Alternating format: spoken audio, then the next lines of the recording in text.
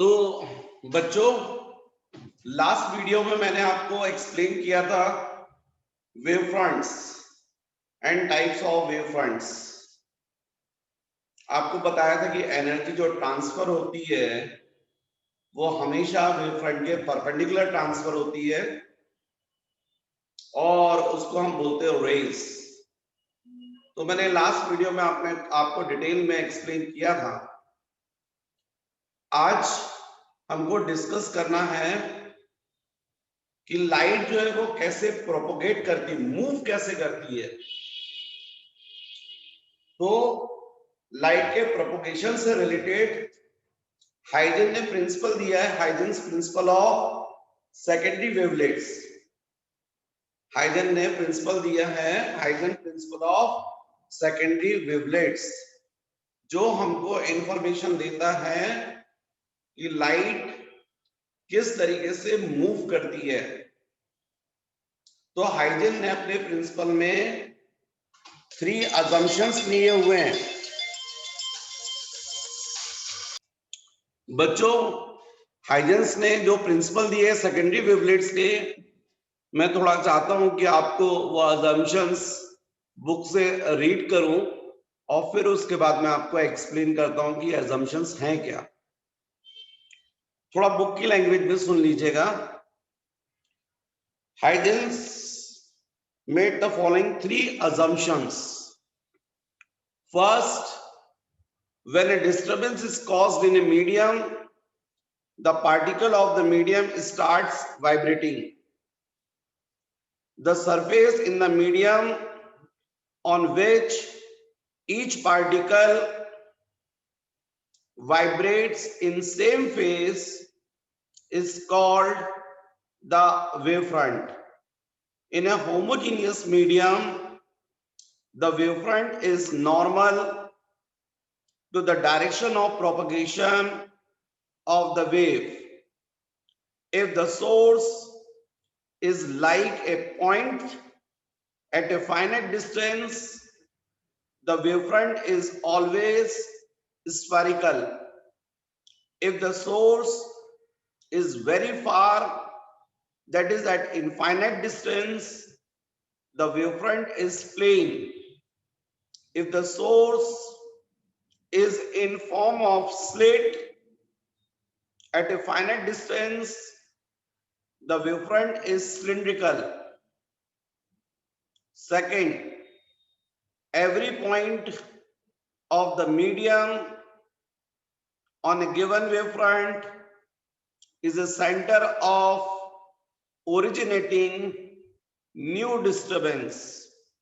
This new disturbance is called secondary wavelets. If the medium is homogeneous, the secondary wavelets travel with the same speed as the speed with which the original wavefront travels. Third, the common tangential surface or envelope drawn on these secondary wavelets at any instant represent the position of new wavefront at that instant. तो बच्चों, इसमें first जो assumption है उस पे तो उन्होंने simple जो वेव फ्रंट्स है उनसे रिलेटेड डिस्कस किया है। मतलब जो वेव है, यदि यहाँ पर सोर्स है और सोर्स से ही वेव्स ट्रैवल कर रही हैं, हालांकि ये वेव्स क्रेस्ट और ट्रफ के फॉर्म में होती हैं, बहुत कम हाइट होती है, इसलिए लगभग स्ट्रेट रहेंगी, और जिसको हम लोग बोलते हैं कि एनर्जी ट्रांसफर हो रही है, और इसी को हम बोलते हैं रेज। तो ये जो वेव्स हैं इनके प्रोपोगेशंस के परपेंडिकुलर ऐसा प्लेन जिस पर हर पार्टिकल सेम फेस में होता है उसको वेव फ्रंट बोला गया है, जो मैंने लास्ट वीडियो में भी डिस्कस किया था। यदि सोर्स इनफाइनाइट डिस्टेंस पर हो, लॉन्ग डिस्टेंस पर हो, तो वहां से आने वाली वेव्स या रेज पैरेलल होती है। और यदि सोर्स इनफाइनाइट डिस्टेंस पर है तो वहां से x डिस्टेंस पर, x1 डिस्टेंस पर जितने पार्टिकल्स होंगे सबको एनर्जी एक साथ मिलेगी, और इसलिए उस एनर्जी की वजह से सारे पार्टिकल्स डिस्टर्ब होंगे, ऑसिलेट करेंगे, सब सेम फेज में होंगे, क्योंकि उनको सबको एनर्जी एक साथ मिल रही है। अब बच्चों ये डिस्टरबेंस वर्ड जब मैं बोल रहा हूं तो मुझे मालूम है आपको ये समझ में नहीं आ रहा है व्हाट इज डिस्टरबेंस। तो आप लोगों ने कभी देखा होगा तालाब में, पॉन्ड, वहां पर जो वाटर है वो स्टेशनरी है, एकदम शांत, काम, कोई डिस्टरबेंस नहीं। आपने एक स्टोन उठाया और उसको थ्रो किया, जहां पर जाकर स्टोन स्ट्राइक करता है उसके अराउंड आपने देखा होगा कंसंट्रिक सर्कल्स बनते हैं। वो कंसंट्रिक सर्कल्स क्या हैं? वही तो डिस्टरबेंस है। एक्चुअली में जो आप तालाब की बात कर रहा हूं मैं, ये बिल्कुल शांत है, और जैसे ही ये आपने स्टोन थ्रो किया तो आपकी एनर्जी स्टोन के थ्रू यहां ट्रांसफर हुई है। जैसे यहां एनर्जी हुई, इसके अराउंड जितने पार्टिकल्स हैं उन सबको एनर्जी मिली है, और ये जब एनर्जी इनको मिलती है तो सारे पार्टिकल्स ऑसिलेट करने लगते हैं, साथ ही साथ एनर्जी आगे ट्रांसफर करते जाते, खुद तो मूव करते ही हैं और अपने नेबर पार्टिकल्स को भी एनर्जी ट्रांसफर करते हैं, जिसकी वजह से वो भी ऑसिलेट करने लगते हैं। तो मान लीजिए यहां पर ये जाकर स्टोन स्ट्राइक किया, तो यहां से x1 डिस्टेंस पर जितने पार्टिकल्स हैं उन सबको एनर्जी एक साथ मिलेगी, इसलिए यहां पर ऐसा सर्किल बनता है। फिर यहां से सेंटर से x2 डिस्टेंस पर जितने पार्टिकल्स हैं उनको एनर्जी एक साथ मिलेगी, तो वो ऑसिलेट करते हैं, तो उनके कारण न्यू सर्किल आपको दिखता है। ये सर्किल सर्किल सर्किल जो बन रहे हैं हम इनको बोलते हैं वेव्स, पर एक्चुअली में ये क्या है? डिस्टरबेंस। तो जब भी कोई सोर्स मतलब जिसके पास एनर्जी है तो वो डिस्टरबेंस प्रोड्यूस करेगा, और उसके कारण ये वेव्स मूव करती हैं। जब यहां से x1 डिस्टेंस पर पार्टिकल है और लाइट की स्पीड है, मान लीजिए सपोज c, तो c is equal to x1 upon t1, speed is equal to distance upon time, तो time is equal to distance upon speed. No doubt light की स्पीड कांस्टेंट है, इसका मतलब t1 is directly proportional to x1, मतलब x1 distance पर जितने particles हैं उनको सबको एनर्जी सेम टाइम पर मिलेगी, एक साथ ऑसिलेट करेंगे, मतलब सब सेम फेस में होंगे। और जब ये सब सेम फेस में हैं तो आप यदि एक प्लेन इमेजिन करेंगे जिस पर ये सारे पार्टिकल्स हैं तो आप इसको बोलेंगे वेव फ्रंट। ऐसा प्लेन जिस पर हर पार्टिकल सेम फेस में होता है, सेम फेस का मतलब एक साथ ऑसिलेशन होता है।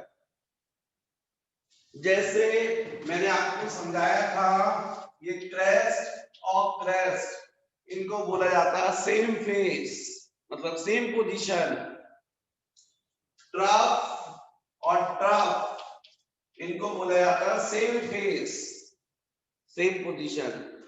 क्रेस्ट और ट्रफ को बोला जाता है अपोजिट फेस, क्योंकि इन दोनों की पोजीशन एक दूसरे के अपोजिट है, और ये क्रेस्ट वाला जो पार्टिकल है डाउनवर्ड आएगा और ये अपवर्ड जाएगा। What is face? Face means the physical quantity which indicate the position of a particle and direction of motion of particle is called phase। तो यहां पर भी वही बात हो रही है, यदि सोर्स इनफाइनाइट डिस्टेंस पर होगा तो यहां जो वेवफ्रंट फॉर्म होगा वो प्लेन होगा। इसके आगे x2 डिस्टेंस पर जो पार्टिकल्स हैं इन सबको भी एनर्जी सेम टाइम पर मिलेगी, सबको एनर्जी एक साथ। इसलिए ये वाले पार्टिकल भी सेम फेस में हैं, इसलिए इसको भी हम बोलेंगे प्लेन वेव फ्रंट। तो जब सोर्स इनफाइनाइट डिस्टेंस पर होता है तो उससे क्या बनता है? Plane wave front. लेकिन यदि सोर्स पॉइंटेड हो और फाइनाइट डिस्टेंस पर हो, एक फिक्स डिस्टेंस पर हो, जैसे बल्ब, तो इससे जो रेज जाएंगी, वेव्स जाएंगी, एनर्जी ट्रांसफर होगी, वो सब रेडियल होगी। यहां से x1 डिस्टेंस पर जो पार्टिकल है, यहां से x1 डिस्टेंस पर जो पार्टिकल है, ये x1 पर और x1 पर, इन सबको एनर्जी सेम टाइम में मिलेगी। इसलिए इनका सबका ऑसिलेशन सेम होगा। और यदि हम इनको ज्वाइन करें तो ये जो प्लेन बन रहा है ये स्फेरिकल होगा। बच्चों ये इमेजिनरी है, क्योंकि आप जरा समझे, मैं बोर्ड पर सर्किल बना सकता हूं, स्फीयर नहीं, पर आपको समझना होगा यदि ये बल्ब है तो बल्ब से रेज ऐसी भी जाएंगी, ऐसी भी जाएंगी, ऐसी भी जाएंगी, इस साइड भी, इस साइड भी, इस साइड भी। तो यदि हम बल्ब को सेंटर मान लें और x1 रेडियस का स्फीयर अज्यूम करें, तो इस स्फीयर के सरफेस पर जितने पार्टिकल्स हैं सबको एनर्जी सेम टाइम में मिलेगी। तो जो वेवफ्रंट फॉर्म होगा उसको आप बोलोगे स्फेरिकल वेवफ्रंट। तो यही एक्चुअली में हाइजेन ने अपने फर्स्ट अजम्पशन में बताया है कि जब भी कोई डिस्टरबेंस प्रोड्यूस होता है तो जो वेव्स मूव करती हैं उन वेव्स के प्रोपगेशंस के परपेंडिकुलर प्लेन, परपेंडिकुलर सरफेस जिस पर सारे पार्टिकल सेम फेस में होंगे उनको हम बोलते हैं वेवफ्रंट। जब सोर्स इनफाइनाइट डिस्टेंस पर होगा तो प्लेन वेवफ्रंट फॉर्म होंगे। जब सोर्स पॉइंटेड और डेफिनेट डिस्टेंस पर होगा तो जो वेवफ्रंट बनेंगे वो सब स्फेरिकल वेवफ्रंट बनेंगे। लेकिन यदि सोर्स स्लिट के फॉर्म में, स्लिट मतलब मैंने आपको बोला था ट्यूब रॉड, लेकिन एक्चुअल में यदि आप एक कार्डबोर्ड, और इस कार्डबोर्ड को यदि बीच से आप इस तरीके से बहुत पतला, फाइन, नैरो, एक जस्ट हेक्सा ब्लेड से यदि इस तरीके से कट मार दें और इसके पीछे भी बल्ब रख दें तो जो लाइट निकलेगी उसमें ये जो है वो बिहेव करेगा एज ए सोर्स, और इस सोर्स को बोलेंगे स्लिट। तो जब सोर्स स्लिट के फॉर्म में होता है तो उससे ऐसी ऐसी ऐसी ऐसी सारों वेव्स मूव करेंगी। यहां से ऐसा हो रहा है, यहां भी ऐसा होगा। तो आप चाहें तो यदि इस स्लिट को मैं ऐसा बना दूं ये, और यहां से एनर्जी ट्रांसफर हो रही है सब डायरेक्शन में, तो ये ऐसा, फिर ये नेक्स्ट,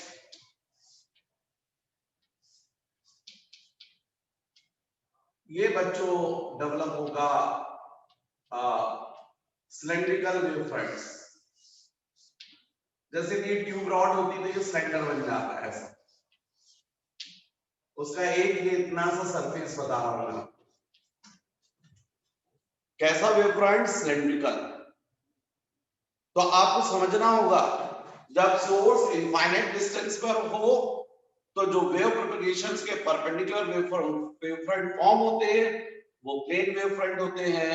मैंने इनके लिए समझाया था कि इन सारे वेव फ्रंट्स का एम्पलीट्यूड कांस्टेंट होता है और इसमें इंटेंसिटी भी कांस्टेंट होती है, आपको लास्ट वीडियो में समझाया। लेकिन आपने बल्ब लिया है, पॉइंटेड है, तो उससे जो वेव्स चलेंगी उनके प्रोपगेशंस के परपेंडिकुलर जो प्लेन होगा, सरफेस होगा, वो स्फेरिकल वेव फ्रंट कहलाएगा। स्फेरिकल वेव फ्रंट का जो एम्पलीट्यूड होता है it is inversely proportional to x। What is x? Distance of wave front from source. और इसलिए क्योंकि जब मैं बोल रहा हूं amplitude it is inversely proportional to x और इंटेंसिटी हमेशा डायरेक्टली प्रोपोर्शनल होती है a स्क्वायर के। इसका मतलब ये हुआ कि intensity it is directly proportional to a की जगह 1 by x स्क्वायर। इसका मतलब intensity it is inversely proportional to x square spherical wave front के केस में। सिलिंड्रिकल वेव फ्रंट के लिए मैंने आपको बताया था if the source is in form of slit then the wavefront form normal to the propagations of wave is called cylindrical wavefront, and the amplitude of cylindrical wavefront it is inversely proportional to root x. What is x?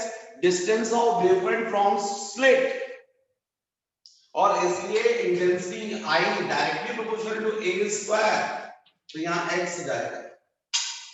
मतलब आप समझो कि यदि आप bulb की light में bulb आपने जला दिया है और आप कॉपी लेकर पढ़ रहे हैं, बल्ब की रोशनी आ रही है, आपने अपने कॉपी के पेज से जिसे रोका है वो वेवफ्रंट है। उस वेवफ्रंट की इंटेंसिटी की वजह से आपको कॉपी का पेज या बुक का पेज दिखाई दे रहा है और उसमें जो लेटर्स हैं, वर्ड्स जो है, उनकी इंटेंसिटी, उनकी क्लियरिटी वेवफ्रंट की इंटेंसिटी पर डिपेंड कर रही है। यदि वेवफ्रंट की इंटेंसिटी हाई होगी तो आपको वर्ड्स क्लियर दिखाई देंगे और यदि वेवफ्रंट की इंटेंसिटी लो होगी तो आपको वर्ड्स क्लियर नहीं दिखाई देंगे।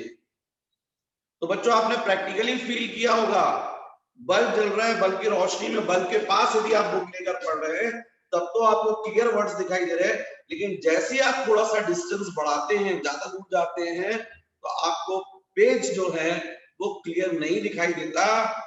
क्यों? क्योंकि आप अब जिस वेव फ्रंट को रोक रहे हैं, स्फेरिकल वेव फ्रंट को, उसकी इंटेंसिटी फास्ट डिक्रीज हो रही है। यदि डिस्टेंस डबल कर दोगे तो इंटेंसिटी कितनी जाएगी? 1/4। यदि x को डबल कर दोगे तो इंटेंसिटी कितनी जाएगी? 1/4। जबकि वही ट्यूबलाइट की रोशनी में यदि आप पढ़ रहे हो, ट्यूबलाइट की रोशनी में भी आपने बुक लिए और बुक के पेज से यदि वेवफ्रंट को रोका है और आप देख रहे हैं तो आपको आएगी it is inversely proportional to x। Distance यदि डबल करोगे तो इंटेंसिटी हाफ होगी। इंटेंसिटी कम तो होगी पर उतनी कम नहीं होगी जितनी बल्ब की रोशनी में हो रही थी, क्योंकि बल्ब की जो रोशनी है, बल्ब की जो लाइट है, उसमें जो वेव फ्रंट फॉर्म हो रहा है वो स्फेरिकल है, उसकी इंटेंसिटी फास्ट डिक्रीज होती है डिस्टेंस के साथ में। तो हाइजेंस ने जो अपना प्रिंसिपल दिया सेकेंडरी वेवलेट्स में, उसमें फर्स्ट अजम्पशन में ये तीनों वेव फ्रंट्स को ही मेंशन किया है। हालांकि मैंने केवल साथ साथ आपको पूरा वेव फ्रंट ही समझा दिया एक बार, लास्ट वीडियो में भी समझाया था, इसमें भी समझा दिया एक बार। पर सेकंड पॉइंट पर बात करते हैं अपन। तो सेकंड पॉइंट पे उसने बोला है, जो आपने लिखा भी होगा, क्योंकि जब मैं आपको अजम्पशंस रीड करके बता रहा हूं तो कुछ बच्चे उसको सुन सुनकर लिख लेते हैं, और यदि आपने सुन के लिखा है तो आप देखिए उसमें लिखा हुआ है कि ये जो वेव फ्रंट है इस पर हर पार्टिकल न्यू डिस्टरबेंस का सेंटर होता है, और ये जो न्यू डिस्टरबेंस है उसको हम बोलते हैं सेकेंडरी वेवलेट्स। सेकेंडरी वेवलेट्स जो हैं उसी स्पीड से मूव करते हैं जिस स्पीड से वो वेवफ्रंट मूव कर रहा था। बच्चों यहां मैंने प्लेन वेवफ्रंट बनाया है, आपको समझाने के लिए थोड़ा ऐसा डायग्राम बनाया, पर आप देखो कभी भी यदि आप, ये बुक है इसका पूरा प्लेन दिखा रहा हूं, रेक्टेंगल शेप में दिख रहा है, लेकिन ऐसा कर दूं तो आपको ये लाइन दिखने लगी, थिक लाइन है ये, पर यदि मैं कॉपी का पेज दिखाऊंगा तो यही आपको थिन लाइन दिखाई देगी। तो यदि मैं यहां पर डायग्राम ड्रॉ करूं और इसमें आपको बोलूं कि प्लेन वेव फ्रंट फॉर्म हो रहा है, तो ये सोर्स इनफाइनाइट डिस्टेंस पर और ये प्लेन वेव फ्रंट, सोर्स यहां पर है, ये इनफाइनाइट डिस्टेंस पर ये वेव्स आ रही हैं, एनर्जी आ रही है, और ये वेव फ्रंट है। तो आपको इमेजिन करना पड़ेगा कि मैं जो बता रहा हूं वो प्लेन वेव फ्रंट है और उसका आपको साइड व्यू दिखा रहा हूं, हाथ देखो पूरा दिख रहा है, ऐसा किया तो लाइन दिख रही। अब इस प्लेन वेव फ्रंट पर जितने पार्टिकल्स हैं वो सब न्यू डिस्टरबेंस का सेंटर होते हैं। न्यू डिस्टरबेंस मैंने एग्जांपल लिया था, वो तालाब में आपने पत्थर फेंका था, जाके टकराया, उसके अराउंड क्या डेवलप हुआ, सर्किल, जिसको आप क्या बोल रहे हैं, न्यू डिस्टरबेंस। तो बिल्कुल वैसे ही इसके अराउंड न्यू डिस्टरबेंस, इसके अराउंड न्यू डिस्टरबेंस, इसके अराउंड न्यू डिस्टरबेंस, ये भी न्यू डिस्टरबेंस।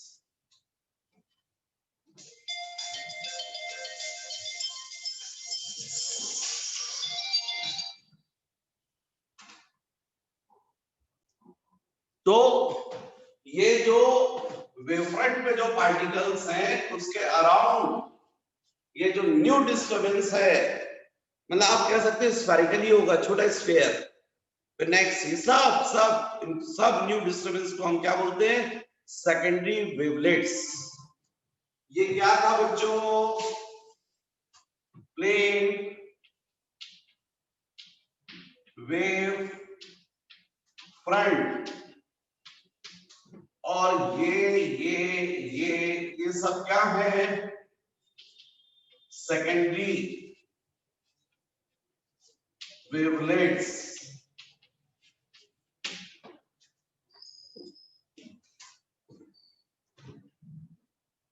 ये जो वेवफ्रंट्स हैं, देखो जिस स्पीड से मैं समझा रहा हूं, बहुत आराम से समझा रहा हूं, इससे कई गुना ज्यादा स्पीड से ये सब कुछ हो रहा है। लाइट की स्पीड से 3 × 10⁸ मीटर पर सेकेंड, इस स्पीड से सब वेवफ्रंट मूव कर रहे हैं, और वेवलेट्स की भी साथ वही चीज है, सेम स्पीड वेवलेट्स की भी है। ये जितने वेवलेट्स मैंने बताए, तो थर्ड असम्पशन ये बोल रहा है कि यदि हम इन वेवलेट्स पर टेंजेंशियल सरफेस ड्रॉ कर दे, तो ये टेंजेंशियल सरफेस क्या होगा, new wave front. New wave front मतलब प्लेन वेव फ्रंट। फिर इस प्लेन वेव फ्रंट पर क्या होगा, हर पार्टिकल न्यू डिस्टरबेंस का सेंटर, मतलब यहां फिर से क्या बनेंगे, सेकेंडरी वेवलेट्स। फिर ये सेकेंडरी वेवलेट्स पर टेंजेंशियल सरफेस, ये क्या होगा, न्यू वेव फ्रंट, और ऐसा होता रहेगा फास्ट लाइट की स्पीड से। जैसा मैंने यहां समझाया, बिल्कुल यदि ये पॉइंटेड सोर्स, तो ये जा रही है वेव्स, एनर्जी ट्रांसफर हो रही है, ये हो गया स्फेरिकल वेव फ्रंट। फिर इस पर हर पार्टिकल न्यू डिस्टरबेंस का सेंटर, ये न्यू डिस्टरबेंस, इस न्यू डिस्टरबेंस को हम बोलेंगे सेकेंडरी वेवलेट्स। फिर यहाँ टेंजेंशियल सरफेस इमेजिंग करेंगे, ये इमेजिनरी जो सरफेस है इसको हम बोलेंगे new secondary, new spherical wave front. फिर इस वेव फ्रंट पर जितने पार्टिकल्स हैं वो सब न्यू डिस्टरबेंस का सेंटर, ये डिस्टरबेंस, इसको हम बोलेंगे सेकेंडरी वेवलेट्स। तो इस तरीके से light wave front, secondary wavelets, wave front, secondary wavelets इसके फॉर्म में मूव करती है। तो कुल मिलाकर Huygens principal of secondary wavelets light के प्रोपगेशंस के बारे में बता रहा है कि लाइट किस तरीके से मूव करती है।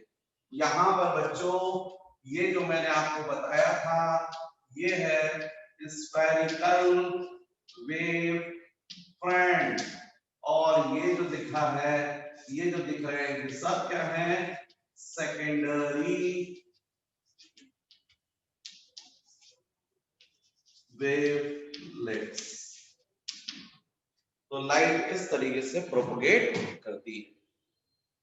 ये है बच्चों Huygens principal of secondary wavelets. Next मुझे आपको समझाना है explanation of reflection from a plane surface by Huygens principle. Explanation of reflection by Huygens principle. Next topic मुझे जो डिस्कस करना है, explanation of reflection by plane surface. By plane surface. From a plane surface, explanation of reflection from plane surface by Huygens principle.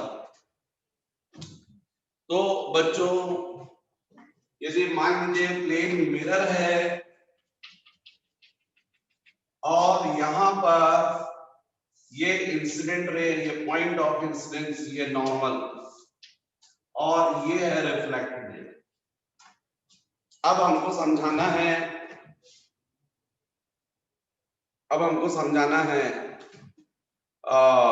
हमको explain करना है reflection, मतलब law of reflection हमको prove करना है। हमको angle I is equal to angle R जो है वो प्रूव करना है। तो अभी जैसा मैंने आपको बताया, ये होना चाहिए I और ये होना चाहिए R, लेकिन अब इसके लिए इंसिडेंट रे हमको दो लेनी पड़ेगी, एक ये और एक और ये, और इसी तरीके से ये होगी रिफ्लेक्टेड रे। ये दोनों इंसिडेंट रेज पैरेलल हैं, सेम एंगल पर इंसिडेंट हो रही हैं। वेव फ्रंट क्या होता है, हमेशा रेस के परपेंडिकुलर होता है। मतलब यदि ये रेस है, यदि मान लीजिए ये ए बी रे है, ये A dash B dash incident ray है, ये बी सी रिफ्लेक्टेड रे है, B dash C dash reflected ray. यदि मैं बोलूं आपको यहाँ पर वेव फ्रंट कैसा होगा, तो आप बोलेंगे सर रे के परपेंडिकुलर होगा, मतलब ये ऐसा होगा। वेव फ्रंट हमेशा रेस के परपेंडिकुलर होगा, नॉर्मल होगा। तो मान लीजिए हमने यहाँ पर परपेंडिकुलर ड्रॉ किया है BN, तो ये वेव फ्रंट होगा। कौन सा wave front? Incident wave front. इस पर जितने पार्टिकल्स होंगे सब सेम फेस में होंगे। जैसे क्लास 9 के स्टूडेंट्स जो हैं, पूरे 9 क्लास लगी हुई है, तो 9 के जितने बच्चे हैं वो सब सेम फेस में, सेम क्लास में। और मान लीजिए किसी को फेल नहीं करना है, ये गवर्नमेंट ने रूल निकाल दिया है, तो वो सारे बच्चे एक साथ नेक्स्ट ईयर 10th में जाएंगे। मतलब सबका मूवमेंट एक सा होगा। इसी तरीके से यहाँ BN पर जितने पार्टिकल्स हैं सब सेम फेस में हैं, मतलब इक्वल मूवमेंट होता है। अब ये रिफ्लेक्टेड रे है, तो मान लीजिए B डैश से मैंने एक परपेंडिकुलर ड्रॉ किया है यहाँ पर, तो ये रिफ्लेक्टेड रे पर परपेंडिकुलर नॉर्मल, इसका मतलब ये BN डैश क्या हुआ? Reflected wave front. यहां पर BN क्या है? Incident wave front. और B डैश N डैश क्या हुआ? Reflected wave front. अब बच्चों एक सिंपल सा कॉन्सेप्ट है कि कभी भी टू लाइंस के बीच का एंगल यदि थीटा हो, तो उनकी जो परपेंडिकुलर लाइंस होती हैं उनके बीच का एंगल भी थीटा ही होता है। कभी भी टू लाइंस के बीच का एंगल यदि थीटा हो, तो उनकी, जैसे मान लीजिए 1 और ये 2, इनके बीच का एंगल थीटा, तो तय है कि इन 1 और 2 की जो 1 की परपेंडिकुलर 1 डैश और 2 की परपेंडिकुलर 2 डैश, तो इनके बीच का ये जो एंगल है ये भी थीटा ही होगा। कभी भी टू लाइंस के बीच का एंगल थीटा हो तो उनकी परपेंडिकुलर लाइंस के बीच का एंगल थीटा होता है। आप मत मानिए। अब x ले लीजिए इसको और इसको y, तो आपको पता है कि 1 डैश जो है वो 1 पर परपेंडिकुलर है, मतलब x + y = 90, और 2 डैश मैंने क्या बोला, 2 पर परपेंडिकुलर, मतलब ये एंगल कितना होगा, 90। अब इस ट्रायंगल में देखो, थीटा + y + 90 = 180। कभी भी ट्रायंगल में तीनों इंटीरियर एंगल्स का समेशन 180 होता है। तो y ट्रांसफर करो, 180 - 90, 90 - थीटा, ये y की वैल्यू आ गई। अब हमको पता है 1 डैश 1 पर परपेंडिकुलर है, मतलब x + y = 90। x + y की वैल्यू आपने निकाल लिया, 90 - थीटा = 90। 90 90 cancel, x = theta. मैंने प्रूव करके आपको बताया कि कभी भी टू लाइंस के बीच का एंगल यदि थीटा हो, तो उनकी जो परपेंडिकुलर लाइंस होती हैं उनके बीच का एंगल भी थीटा होता है।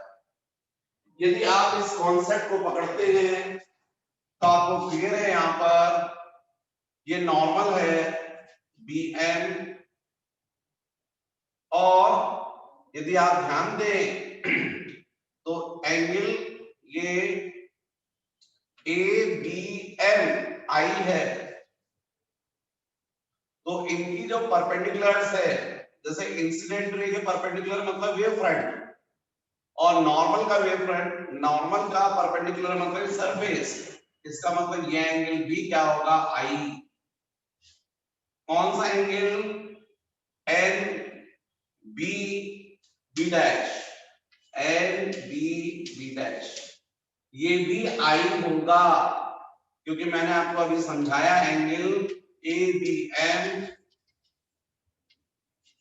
ये I है, इसलिए इनकी जो परपेंडिकुलर लाइंस हैं तो इंसिडेंट रे के परपेंडिकुलर तो वेव फ्रंट है और नॉर्मल का परपेंडिकुलर मतलब सरफेस है, और इसलिए angle N B B dash, N B B dash ये भी आई होगा,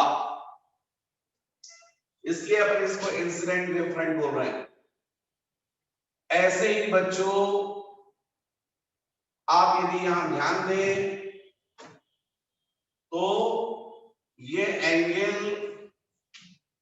आर होगा। क्यों आर होगा? क्योंकि आपको क्लियर दिखाई दे रहा है ये बीसी जो थी वो रिफ्लेक्टेड रे थी, यहां पर बी डैश रिफ्लेक्टेड रे है, ये नॉर्मल है, ये एंगल आर है। सपोज मैंने इसको नेम दिया एम डैश, तो आप बोलेंगे angle M dash B dash C dash, M dash B dash C dash is equal to angle R. अब ये एंगल आर है तो इनकी परपेंडिकुलर्स, तो रिफ्लेक्टेड रे के परपेंडिकुलर मतलब क्या हुआ? वेव फ्रंट, और नॉर्मल का परपेंडिकुलर मतलब प्लेन सरफेस, ये एंगल क्या होगा? आर। इसलिए angle N dash B N dash B ये भी आर होगा। अब यदि आप यहां पर ध्यान दें तो मैंने आपको समझाया यहां पर दोनों ट्राइंगल, कौन सा triangle? Triangle B N B dash, B N B dash ये सिमिलर होगा triangle B dash N dash B के।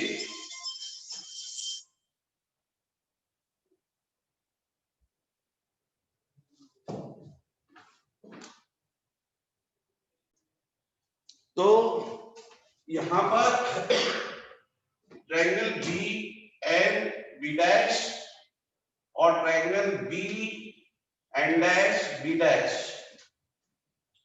B N dash B dash ये दोनों ट्रायंगल सिमिलर हैं। क्यों सिमिलर है उसका रीजन यदि आप देखें तो B B dash is equal to B B dash, common side, ये दोनों ट्रायंगल में कॉमन साइड है। साथ ही साथ मैंने आपको समझाया था कि बीएन पर जितने पार्टिकल्स हैं वो सब सेम फेस में, इसका मतलब ये जो एन पार्टिकल है यहां से बी डैश तक जितना डिस्टेंस ट्रेवल करेगा सेम डिस्टेंस ये एन यहां से यहां तक पहुंचने में मान लीजिए टी टाइम ले रहा है, तो इस टी टाइम में कितना डिस्टेंस ट्रेवल किया उसने, तो हमको मालूम है speed is equal to distance upon time. तो distance is equal to speed into time. तो चूंकि लाइट की स्पीड सेम है, इस एन पार्टिकल की जो स्पीड है वही बी की स्पीड है, इस पर जितने पार्टिकल सबकी स्पीड सेम है। जब तक ये एन यहां से जाकर यहां स्ट्राइक करेगा तब तक ये बी यहां से यहां पहुंच जाएगा। तभी तो ये वेव फ्रंट बना है, इस पर सारे पार्टिकल्स कैसे सेम फेस में हैं। यहां पर और ये दोनों पार्टिकल्स हिसाब कैसे, हिसाब सेम फेस में, इसका मतलब पहले ये सब सेम फेस में थे, अब ये सब सेम फेस में।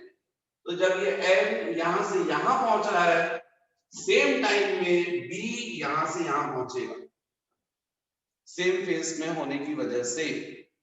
इसका मतलब N B dash is equal to b n dash, and b dash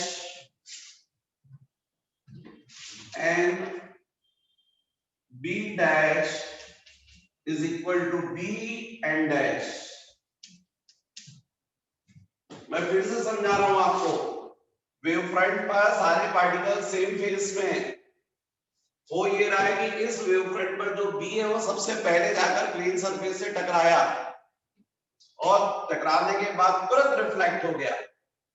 यहां वाला पार्टिकल यहां पर आया, उसके बाद रिफ्लेक्ट हुआ ये यहां से ऐसा, तो तब तक ये क्या हुआ, ये यहां पहुंच गया, ये यहां, फिर ऐसे वेव फ्रंट्स बन रहे हैं जो सब कैसे होंगे, सेम फेस में। सबसे लास्ट में जाकर ये एन जो है जाकर यहां टकराएगा। जब तक ये पार्टिकल यहां से यहां पहुंचेगा, सेम टाइम में ये बी यहां से यहां पहुंच रहा है, इक्वल डिस्टेंस ट्रैवल करेंगे और इसलिए ये एन बी डैश और ये इक्वल होंगे। तो इन दोनों ट्रायंगल में हमने एक साइड ये इक्वल कॉमन साइड, साथ में ये साइड और ये साइड इक्वल प्रूव कर दी है, और इसके अलावा हमको मालूम ये 90 है और ये भी 90 है। मतलब angle B N B dash is equal to angle B N dash B dash is equal to 90। क्यों 90? क्योंकि ये वेव फ्रंट्स है, वेव फ्रंट्स हमेशा परपेंडिकुलर होते हैं, तो ये एंगल 90 होगा। ये भी वेव फ्रंट है, तो इसका मतलब दोनों ट्रायंगल सिमिलर है, और यदि दोनों ट्रायंगल सिमिलर हैं तो मतलब ये angle I is equal to क्या होना चाहिए, R। Therefore angle I is equal to angle R। और हमने प्रूव कर दिया सेकंड लॉ ऑफ रिफ्लेक्शन। तो इस तरीके से हम लोग हाइजेंस प्रिंसिपल के बेसिस पर लॉ ऑफ रिफ्लेक्शन को प्रूव कर सकते हैं। इसमें बच्चों आप लोग को ध्यान रखना चाहिए, मेरे पास कलर्ड पेन चौक नहीं है, ये B N incident wave front है और ये B N dash reflected wave front है। नेक्स्ट मुझे अब प्रूव करना चाहिए रिफ्रैक्शन। सॉरी। तो बच्चों नेक्स्ट टॉपिक है explanation of refraction from plane surface by Huygens principle. फिर से यहां पर ये मान लीजिए इंसिडेंट रेज है A B and A dash B dash. यहां बी से यदि मान लीजिए मैंने नॉर्मल ड्रॉ किया है तो ये रिफ्रैक्टेड रे और ये भी रिफ्रैक्टेड रे। मान लीजिए रे कहां से कहां जा रही है, रेयर टू डेंसर मीडियम, और इसलिए डेविएट हो रही है टुवर्ड्स नॉर्मल। तो ये इंसिडेंट रेज, ये रिफ्रैक्टेड रेज। अब बी से यदि मैं यहाँ पर परपेंडिकुलर ड्रॉ कर दूं, नॉर्मल ड्रॉ कर दूं, प्लेन ड्रॉ कर दूं, तो इसको आप बोलेंगे वेव फ्रंट। और सपोज ये है BC इंसिडेंट वेव फ्रंट, और बी डैश से एक परपेंडिकुलर मैं यहां ड्रॉ कर दूं ऐसा, तो ये कहलाएगा रिफ्रैक्टेड वेव फ्रंट, क्योंकि वेव फ्रंट हमेशा रेज के परपेंडिकुलर होता है, या रेज हमेशा वेव फ्रंट के परपेंडिकुलर होती है। तो यहां पर BC ये कहलाएगा इंसिडेंट वेव फ्रंट, और बी डैश सी डैश, इसको आप बोलेंगे रिफ्रैक्टेड वेव फ्रंट। इस पर जितने पार्टिकल्स हैं वो सब सेम फेस में। अब ये एंगल आई,